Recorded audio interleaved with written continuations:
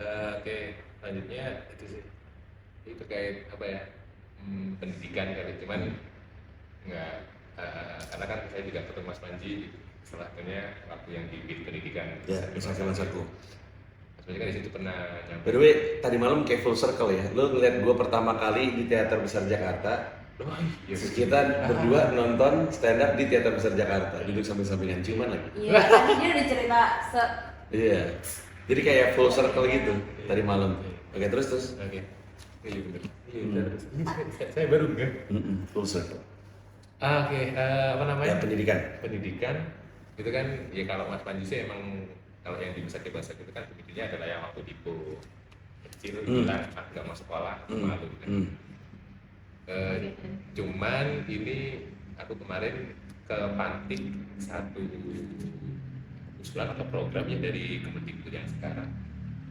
Mas Panji mungkin pernah tahu istilahnya itu marketplace untuk guru. Oh. Nah, Marketplace untuk guru atau marketplace untuk ilmu? iya, marketplace guru bahasanya gitu kan. Marketplace Guru kan? marketplace guru. Istilahnya kan kayak gitu, entah nama programnya atau nama saya nggak tahu. Tapi paling nggak rame tuh, rame baik dari sisi beliau-beliau sama dari sisi warga atau masyarakat. Saya keinget salah satu yang juga sering saya sharing ke beberapa teman waktu Mas Panji ngejelasin tentang gig ekonomi sama passion ekonomi.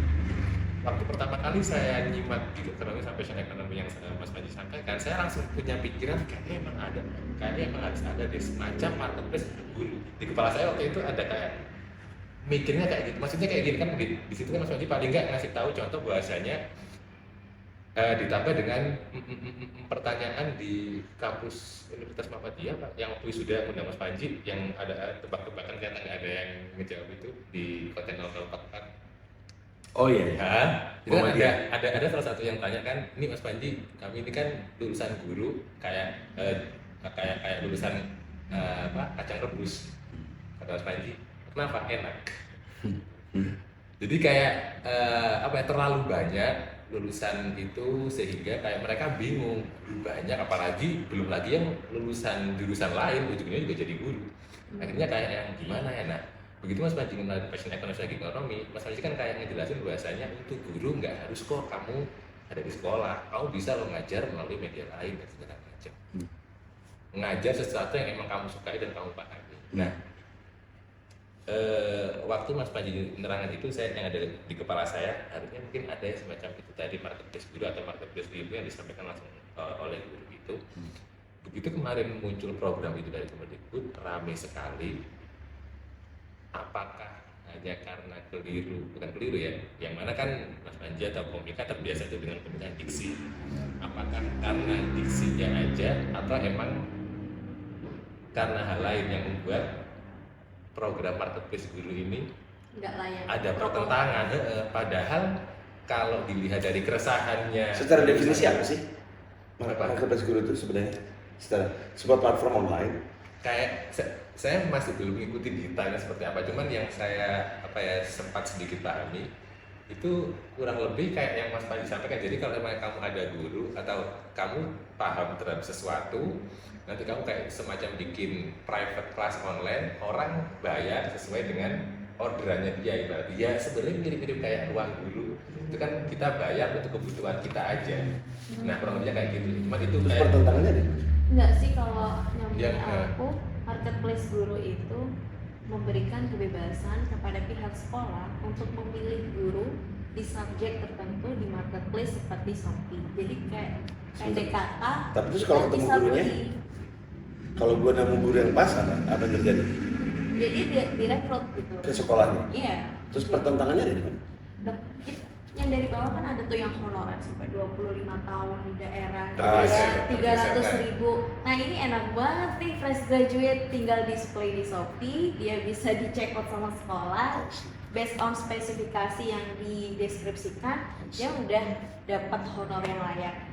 Di Jember sendiri nih Bang, kemarin yang P3K yang kemarin yang rekrutmen guru, gila banget, itu ada sekitar 300 lebih guru di Jember sendiri itu di pelosok, ya honornya tuh masih kayak 250.000 dan dia itu udah 25 tahun, hampir 30 tahun dia. Honorer.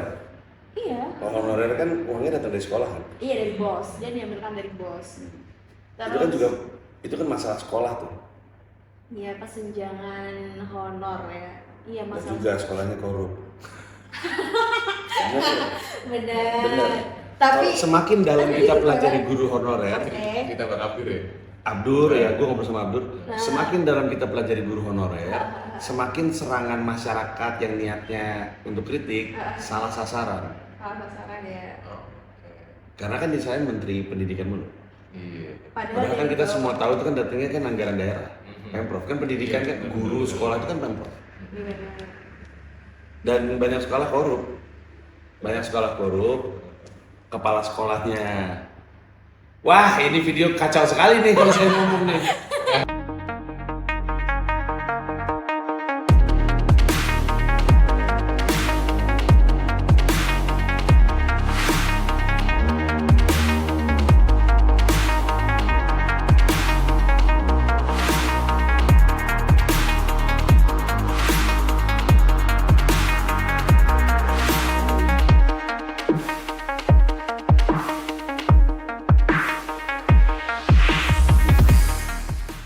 Di Nggak, Jember apalagi. pasti saya katakan.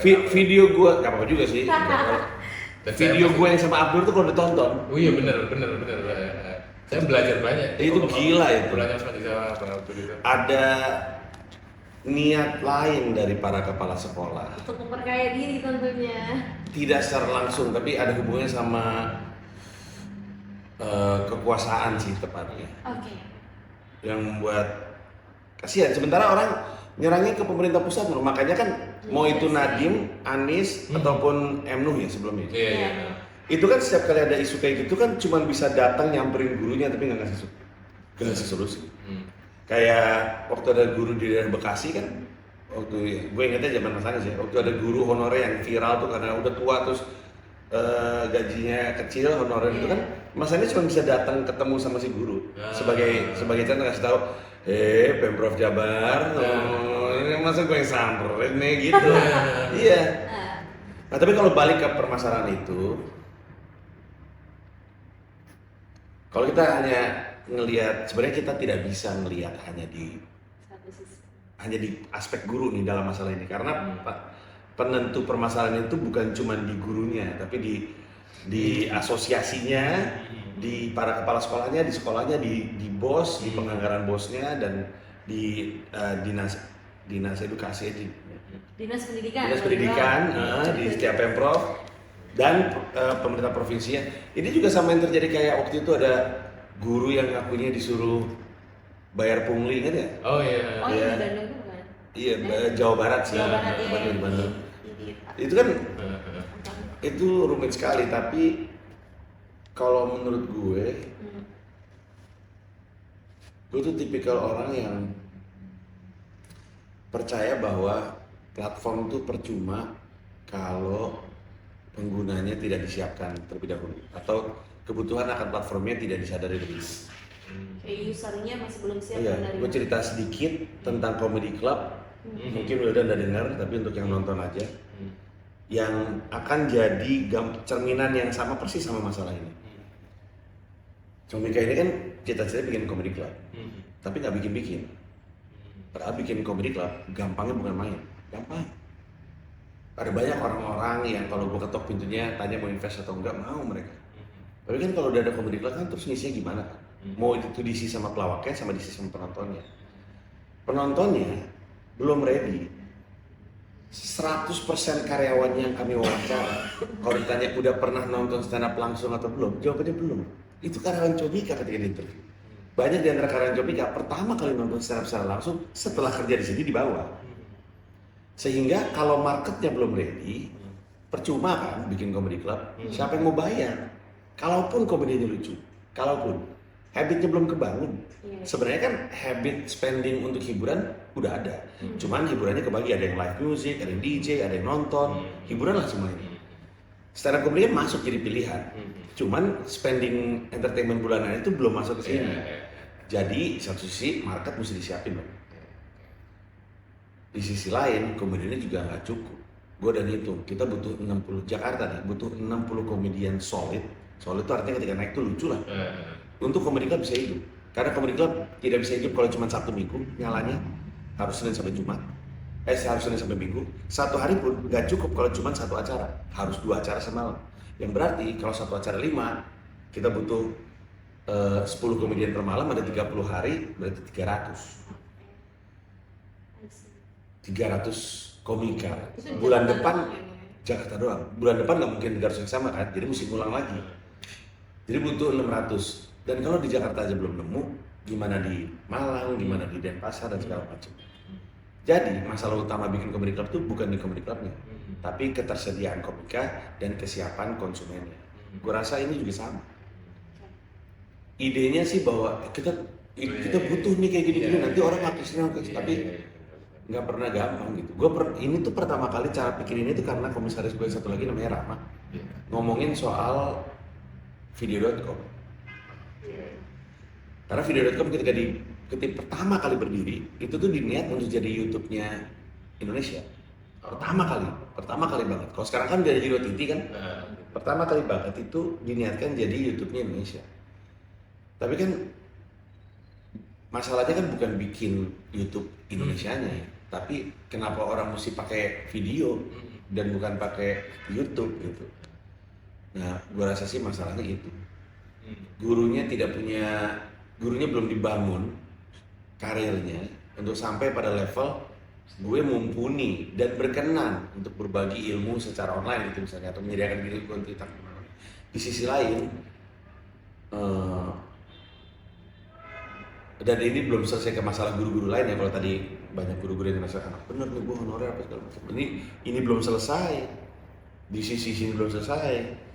Teknologinya udah ada, akhirnya nggak tepat guna. Banyak yang kayak gitu. Itu di hampir semua industri musik juga tuh ada langitmusik.com kan dulu kan maksudnya kan. Akhirnya sekarang jadi gaming. Sama karena nggak mikirin hal-hal yang lebih penting gitu daripada hal-hal yang kasat mata. Fokusnya tuh ini aneh sekali gue ngomong kayak gini, tapi fokusnya tuh ngebangun yang kasat mata, nggak ngebangun yang tidak kasat mata. Mereka tidak membangun ekosistem gitu ya, Bang? Itu juga ya makanya kan dulu kan kepala daerah tuh dikritik, lu ngebangun yang bisa dilihat dong, jembatan, flyover, itu kan kritiknya kan, selalu kritiknya kayak gitu. Itu sebenarnya dari sisi politisi karena pragmatis saja, orang bisa melihat ini ada nih, kan susah kan ngasih nunjuk nih pendidikan naik pakai statistik tapi nggak kerasa gitu kan. Statistiknya kita bisa klaim tapi nggak kerasa, makanya susah. Tapi itu benar, orang tuh memilih cara yang gampang tapi salah ketimbang cara yang benar tapi susah. Benar. Gitulah kalau itu jawaban pertanyaan tadi.